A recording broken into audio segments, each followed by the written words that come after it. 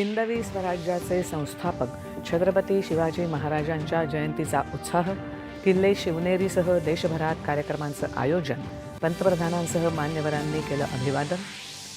छत्रपती शिवाजी महाराजांनी दाखवलेला विकासाचा मार्ग हाच प्रत्येकाच्या उत्थानाचा मार्ग आहे, मुख्यमंत्री देवेंद्र फडणवीस यांचं प्रतिपादन. पंतप्रधान नरेंद्र मोदी यांच्या हस्ते झालं इंडिया AI इम्पॅक्ट शिखर परिषदेचं औपचारिक उद्घाटन. पंतप्रधानांसह जागतिक नेत्यांनी केलं मार्गदर्शन.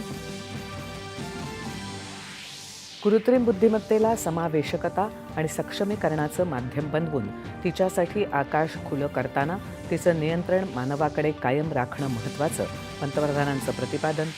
AI परिषदेचं भारतात झालेलं आयोजन भारताबरोबरच समस्त ग्लोबल साऊथसाठी महत्त्वाचं असल्याचं संयुक्त राष्ट्रांचे सरचिटणीस अँटोनियो गुटेरस यांनी केलं अधोरेखित.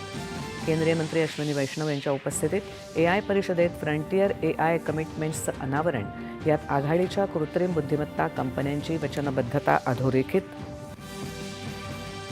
अबुधाबीचे युवराज शेख खालेद बिन मोहम्मद बिन झायेद अल नाहयान तसंच नेदरलँडचे पंतप्रधान आणि स्वित्झर्लंडच्या राष्ट्राध्यक्षांची पंतप्रधान नरेंद्र मोदी यांची द्विपक्षीय चर्चा.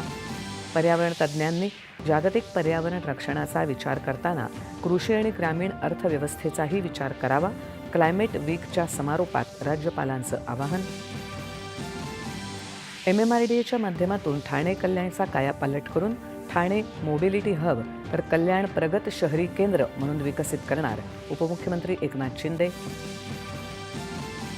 आणि STच्या ताफ्यात तब्बल 8,300 नवीन बस गाड्या दाखल होणार असून वर्षअखेर ST महामंडळ आर्थिकदृष्ट्या सुदृढ करण्याचा परिवहन मंत्री प्रताप सरनाईक यांचा निर्धार.